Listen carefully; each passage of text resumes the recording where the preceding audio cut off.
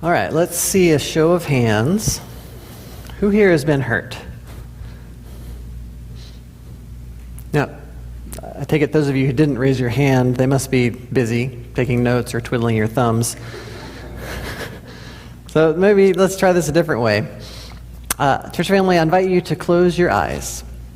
And I'm not going to come rummage through your purse or throw anything at you, but I invite you to close your eyes.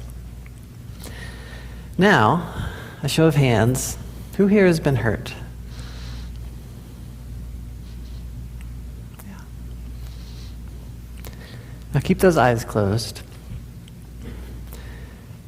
In some form or fashion, we have all been hurt, right? To be hurt is to be human. It's part of our lived experience. We have all been hurt. Now I'm going to ask for a little vulnerability. If you will, think on the most visceral and the deepest hurt that you have experienced. Maybe it's the most recent hurt you've experienced. Maybe it's from decades ago, but it was such a deep wound that it still hurts today. Whatever it is, allow that hurt to come to mind. How did it come to be? Who caused that hurt? Was it a friend or family member? Was it yourself? Was it God? Once you had been hurt, what happened within you? Did that knee-jerk reaction to hurt back, did it land a blow on the offender? Because we all know that hurt people hurt people. Or did you just pull away? Did you retreat within yourself, building up walls around your heart? Walls meant to protect you. Walls meant to ensure that this never happens again. And how is that hurt today? Has that wound healed? Is there a scar? A permanent reminder that, while the wound does not hurt, you will never forget? Or has that wound been so deeply buried, covered up, that underneath all that protection, it's still tender, that you've still got those walls up? Church family, you can open your eyes now. Thank you. Now, we have all been hurt. That is not in question. What we do with that hurt, now that is today's question. Now, we have been exploring bits of one of Paul's letters to the Corinthian church over the past few weeks, and we've been exploring big things, right? Like ultimate things, like this present and passing age, and the age that is to come, the new creation breaking into the old creation with the inauguration of Jesus as King. Now, this is what we've been exploring, just big ultimate things, and for good reason. Because this is what Paul has been writing about. Because to him, these things, they matter. They make the most difference. And they should matter, at least Paul thinks, though, to the Corinthians. But as we've been exploring these ultimate things, we've not discussed much of the context within which Paul is writing. And so today we will remedy that. In our text for this morning, we find Paul coming to the close of this portion of 2 Corinthians, which, just a little side note, most theologians think that what we have as 2 Corinthians is actually a few different bits and portions of separate letters that have been kind of pieced together. Just a little fun fact, if it feels a little disjointed to you at times. Now, in this section for this morning, Paul he's been building a case. He is defending his own credibility as an apostle of Jesus the Christ. Why, you ask? Well, presumably because his credibility has been called into question. But before we explore that, let's back up a little bit. Now, Paul's relationship with the Corinthians goes way back, all the way to the beginning, in fact. It was Paul that helped start the church in Corinth. Now, he had spent about 18 months there, about a year and a half, and he shared the good news of Jesus' resurrection with them. He baptized new believers in the way. He trained and he taught and he equipped leaders. He formed a community and he helped it stand on its own feet. And he was there walking alongside them from the very beginning, like a newborn baby. Paul was there to see it grow and develop and begin to take those first tenuous steps as something of a toddler. Now, some of you know an experience like this. You've lived through something like this. You know what it means to be so deeply involved and ingrained in a particular community. Now, the time had come for Paul to move on because this gospel must be carried forward, and Paul left Corinth. And it was about 3 years after he left that he received word that this church, this people that would have been so beloved to him, that they were not okay, that they were not doing well. They had started to fight, bicker amongst themselves. They were dividing themselves into different factions. Some were claiming to follow Paul, and some were claiming to follow Apollos, and some Peter, and some Jesus. And they were splitting within themselves. They were having these ideological disagreements about how to be in community together. And these disagreements, unfortunately, began to take precedence over the faith that had actually knit them together in the first place. This division and this divisive attitude that they had developed and that they were having toward one another was leading to a lot of finger pointing, a lot of bickering, and a lot of blaming. And it was even leading to the disruption of their gatherings and the worshipful experience of the Lord's table. And it was even leading to these civil lawsuits within the community. So these people that they were called to be into community with became the people causing the most hurt and harm to one another. Now, their hurts, they ran deep, and there seemed to be no way to find healing, to find restoration. Now, I just have to ask, in our world today, does that feel familiar to y'all? A divided people, relationships breaking over disagreements, a forgotten or lost sense of what it is that actually binds us together. So Paul receives word that all this is going on in the Corinthian church. And you have to know that that breaks his heart. But that's not all that he hears, because he then learns that they have actually pulled Paul into their chaotic and hurtful ways of being community. They have begun to criticize him and his leadership. Now, there are some spreading the idea that Paul, he's not anything really special. He's kind of just a sham. That if he really were an apostle of the Most High, as he claims, then he would be more impressive than he is. And if he's not the real deal, then everything that he taught, that must be a sham as well. And can you imagine putting yourself in Paul's place just for a moment? Can you imagine what it felt like to hear that?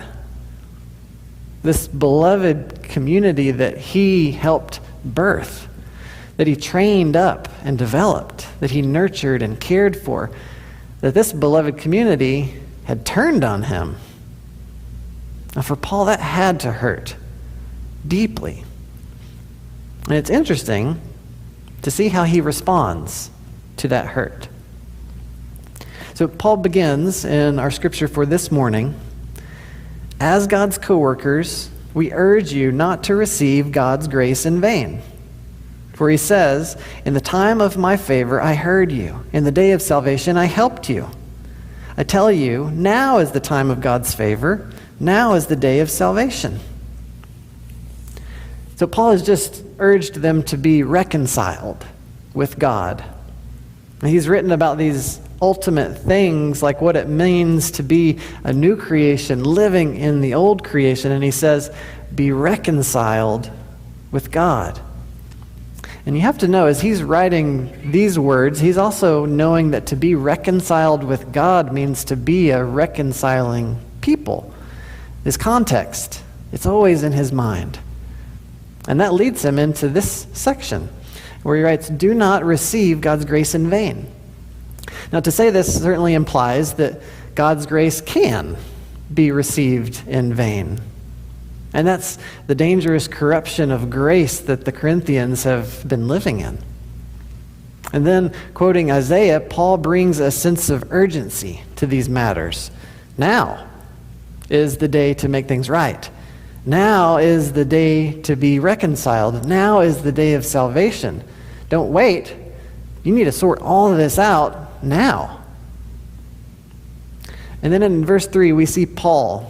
He's letting his walls down, and he's putting his cards on the table. He says, now we put no stumbling block in anyone's path, so that our ministry will not be discredited. Rather, as servants of God, we commend ourselves in every way.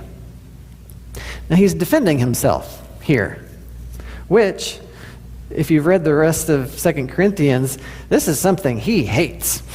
He says very plainly, this practice of self-commendation that was pretty common in that day, Paul has zero desire to be about that. He knows that others claiming to be apostles, they're quick to commend themselves, to make much of themselves. And you get this sense that Paul just abhors that. He detests it. He knows that it's better to be that jar of clay, that earthen vessel that is nothing special, but holding this magnificent treasure of God. And yet, Paul knows that, and still he launches into this grand and eloquent and very impactful defense of himself. And I'll just skip through bits of it. He says, we commend ourselves in every way, in great endurance and trouble and hardships and distresses, through glory and dishonor, bad reports and good report, dying and yet we live on, beaten and yet not killed, having nothing and yet possessing everything. Paul's doing exactly what he detests. I think it's very fitting to wonder why. Why is he doing the thing he says he hates? Well, I think in this case, it's simply that he's willing to do everything he can, even if he hates it, to make things right with the Corinthians, to be reconciled with them. He's willing to set aside his personal ego for that cause of unity. That's no small thing. In our day and age, that's no small thing, right? To set aside our own personal ego for the cause of unity. And if you're familiar with Paul and his writing style and you get a sense of his character, you get that that's no small thing for him either, to set aside his personal ego for this cause of unity. That's a really significant thing. And finally, he makes this really simple appeal, and we get to see his heart. He says, we have spoken freely to you, Corinthians, and opened wide our hearts to you. We are not withholding any of our affection from you, but you are withholding yours from us. As a fair exchange, I speak as to my children, open wide your hearts also. He says, here I am, all of me. I'm holding nothing back. This is me. This is all of it. I've spoken freely to you, and I have opened wide my heart to you. I have loved you, but you have not always loved me. Please, beloveds, open wide your heart also. Open wide your heart. Vulnerability is hard, right? And yet that is exactly what is needed. And Paul had been hurt by the Corinthians, and nobody would have blamed him if he had checked out. washed his hands of them, moved on, never looked back. Nobody would have blamed him. But that's not what he did. Paul stayed engaged. In the hurt, he leaned in even further. He kept himself and his heart wide open. He pled with the Corinthians, please open wide your hearts to me. Now, we've all been hurt. And we've all built up walls to protect ourselves from that ever happening again. But how often do those walls that we build to protect ourselves only serve as some form of self-imprisonment? Now, to love is to be vulnerable, to open wide your heart, to say, I know this could hurt again because I've been hurt before. But even so, in this moment, I am brave enough to try again, to love again. Now, church family, I know that you have been hurt. I know that. I know that you are walking through hurt right now. I know your journey through pain, through disappointment, through abandonment. I know that you have been hurt. And I know that some of you are hurting right now, that you are confused, saddened, heartbroken by the words or the choices or the actions of another.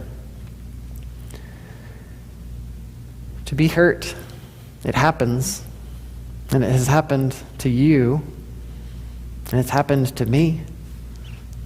And it's okay to acknowledge that. And while every instinct within us is to build up those walls, to retreat within, to harden our hearts, church family, we simply can't. We cannot do that. We cannot do that because the world needs us. The world needs us as wholehearted, vulnerable people with hearts wide open, ready to love and to be loved. That's what the world needs, and that's terrifying.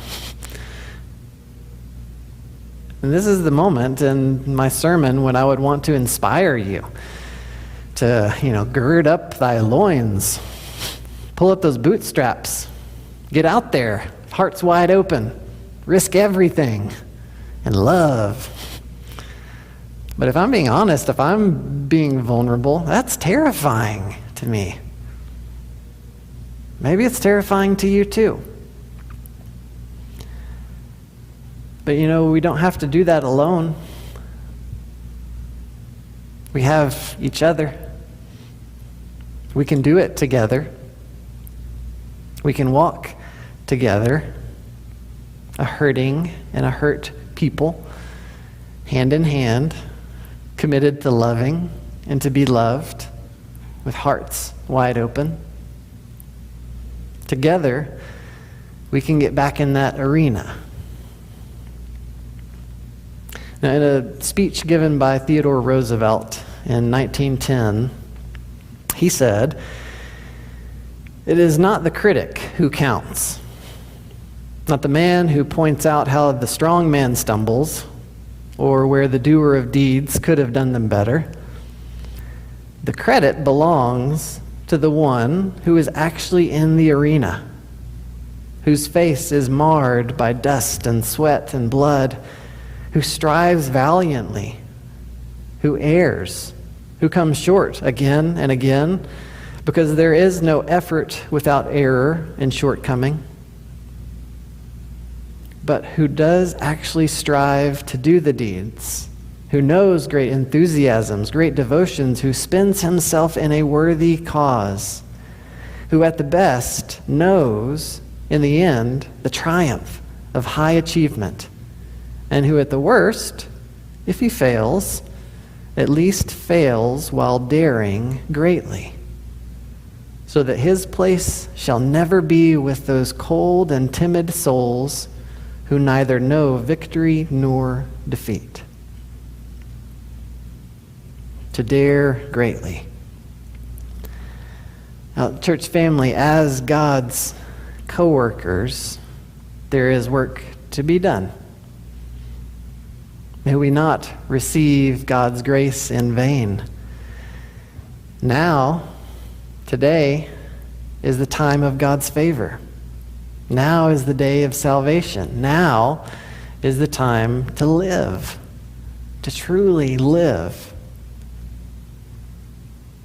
And may we live as a people, hurt and wounded, and yet with hearts still wide open.